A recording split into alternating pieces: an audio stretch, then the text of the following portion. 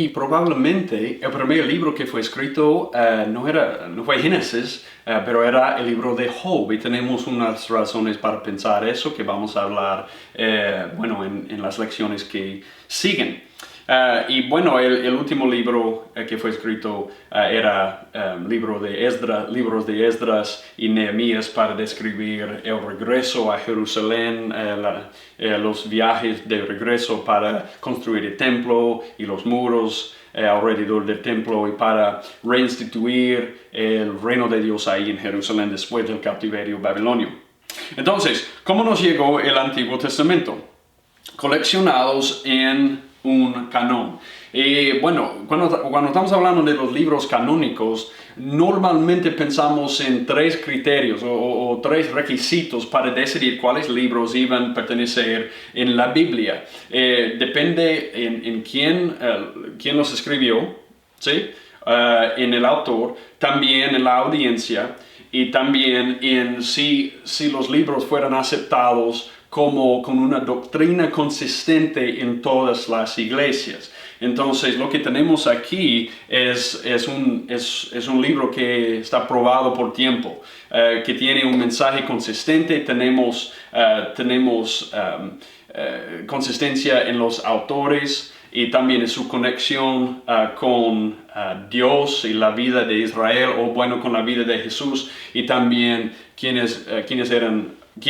era la audiencia.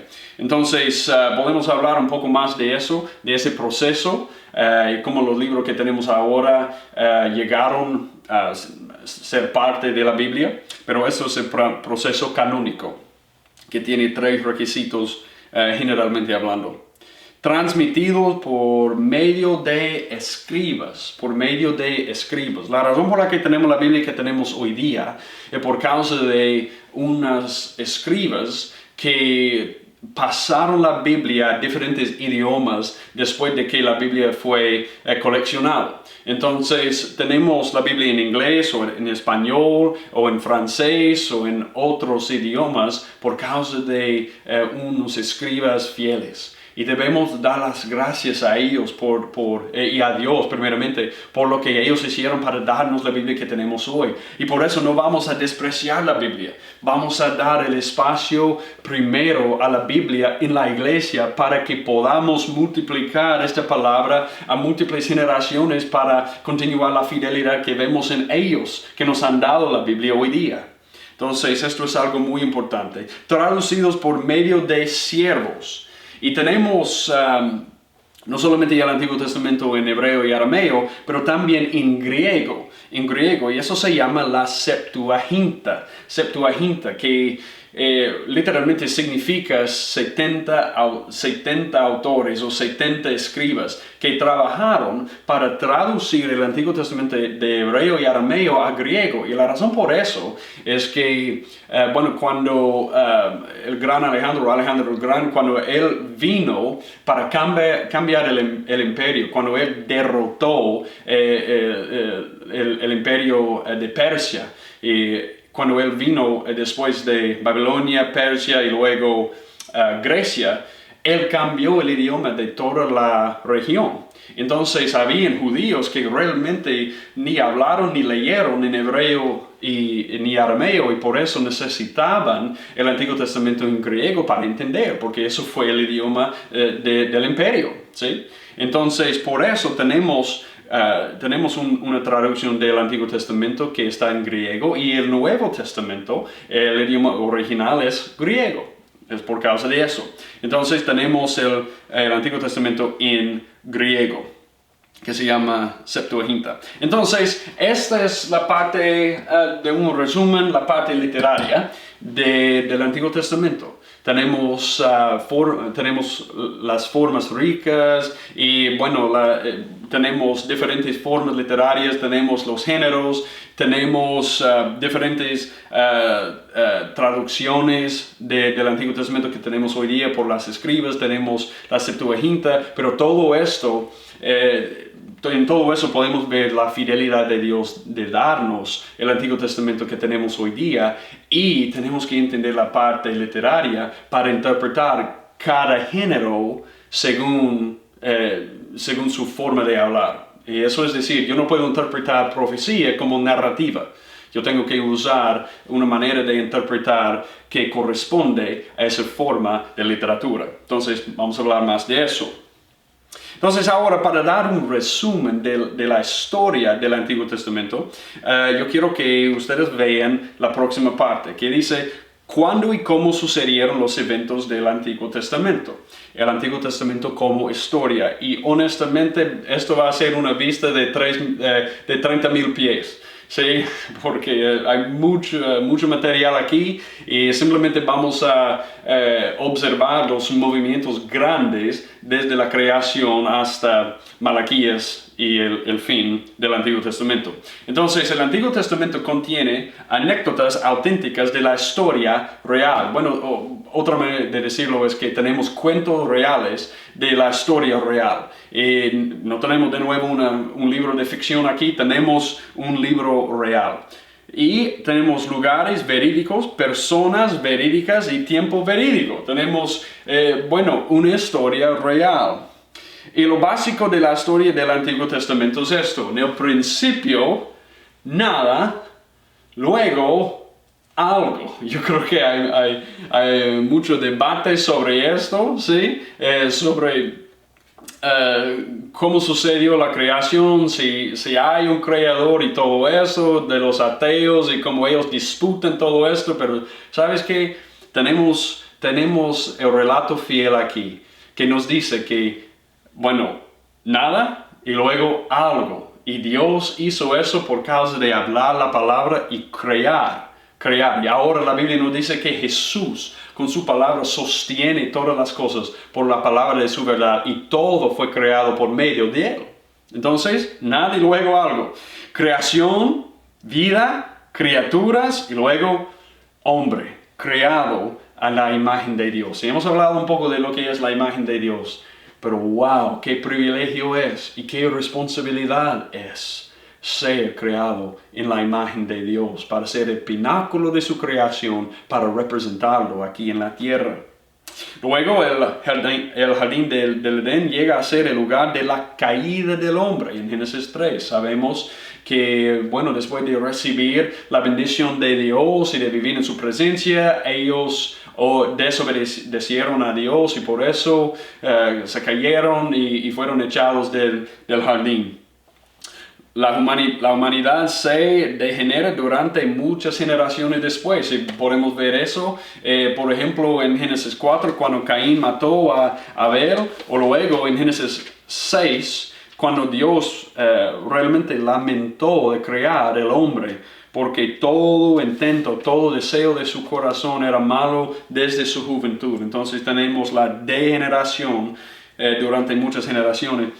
Dios juzga al mundo con el diluvio en Génesis 6 a 9, mas salva a un hombre justo que es Noé y a su familia. Pero las generaciones después de Noé no se mejoran.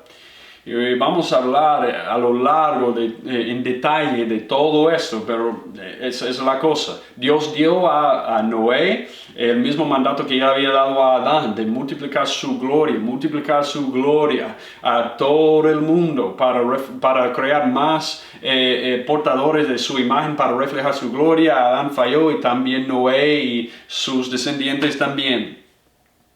La humanidad se revela en la Torre de Babel. El resultado es división y dispersión. Ellos hicieron exactamente lo contrario de lo que Dios había mandado en el jardín del Edén. Él dijo que Adán y Eva deben multiplicar su gloria a todo el mundo. Ahora tenemos todo el mundo que quiere juntarse para construir una torre de engrandecer su nombre y para alcanzar al cielo por sus propios medios. Y Dios tiene que bajarse para confundir las lenguas y para separar a todos. Un nuevo comienzo, tenemos la fidelidad de Dios hacia Abraham y su familia. Después de eso, Dios dice, yo voy a escoger una familia dentro de todas las lenguas que están en el mundo ahora. Yo voy a escoger a Abraham y su familia, y a través de ellos yo voy a crear el pueblo de Israel. Y tenemos el pacto abrahámico que habla de eso, que él iba a dar tierra y descendientes a Abraham. Y sabemos que eso no es físicamente, sino espiritualmente en Cristo. Pero vamos a hablar de todo eso. La prosperidad de Abraham se convierte en la esclavitud de Israel. Bueno, tú sabes lo que pasó después de Abraham. Tenemos Isaac y después tenemos Jacob y después tenemos José. Sabemos lo que pasó con los hermanos de José, cómo ellos lo vendieron y cómo él fue echado en la cárcel por causa del pecado de esa mujer de Potifar y luego tenemos José que está exaltado por interpretar un sueño al segundo lugar en Egipto, y al fin del libro de Génesis tenemos 70 personas de la familia de Jacob que están ahora en Egipto, y sabemos lo que pasó después. Murió ese faraón que conoció a José y luego otro llegó en poder y él no conoció a José ni su familia y él vio a Israel como una amenaza a su reino y por causa él les puso bajo la esclavitud. El éxodo, Moisés guía a Israel fuera de Egipto. Tenemos después de 400 años de esclavitud, pero en la vida de Moisés, él vivía 80 años antes de regresar a Egipto para guiar a los israelitas en el éxodo, donde ellos se escaparon de Egipto para entrar en la tierra prometida que él había prometido a Abraham.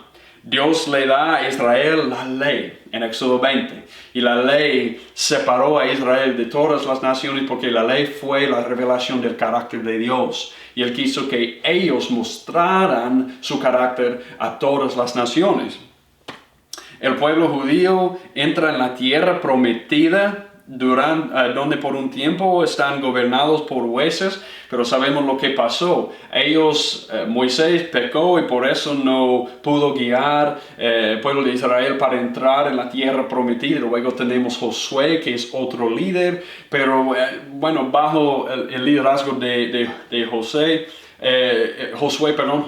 ellos no obedecieron y por eso tenemos este ciclo que vemos en Jueces de pecado y luego castigo y luego clamaron a Dios y luego salvación y luego este ciclo. Porque tenemos una generación en Israel que no conoció al Señor ni lo que Él hizo por Israel, porque los padres no habían enseñado a sus niños sobre Dios. Con el tiempo un reino es establecido. Tú recuerdas en 1 Samuel 8 y 10 el pueblo pidió un rey. Ellos habían rechazado a Dios como su rey y ellos querían un rey humano para ser como las naciones. Eso es exactamente el opuesto del plan de Dios. Y tenemos un reino establecido conocido por el rey David. Tú recuerdas, el primer rey era Saúl y luego David. Y David era el rey más famoso en toda la historia de Israel. Y luego su hijo Salomón. Pero bajo Salomón el reino se dividió en dos. Salomón edifica el templo, lugar residente del arca del pacto y centro de adoración del pueblo judío. Tú recuerdas todo eso, que Salomón había cubierto el templo en oro y fue un templo increíble que todas las naciones querían llegar para ver y eso fue una gran atracción a Israel. Pero luego, ¿qué pasó? Después de la muerte de Salomón se divide el reino en Israel, el reino del norte, y Judá, reino del sur, y tenemos la idolatría que creció. La idolatría creció, bajo Salomón, pero también bajo los otros reyes. Solo 8 de 39 reyes en el norte y el sur eran justos en los ojos de Dios. Eso es lo que tenemos. Solo 8 de 39. Y no es tan difícil ver por qué Israel fue destruido. Asiria vino para destruir a Israel en 722 AC. Asiria se fue al reino del norte, ahí en Israel, especialmente a Samaria. Y esto es importante porque tenemos el rey de Asiria. Él trajo mucha gente de otras naciones para vivir en Samaria y él quitó los judíos mejores, con más fuerza, los más jóvenes y los más fuertes para ir a Asiria y entrar en el reino de Asiria para ayudar ese país. Y lo que se quedó ahí en Samaria, en el reino del norte, tú tienes personas de otras naciones y los judíos, y ellos mezclaron, y por eso luego los judíos del sur miraron con desprecio, con odio a los samaritanos, porque pensaron que eran mestizos, porque se habían mezclado con personas de otras naciones.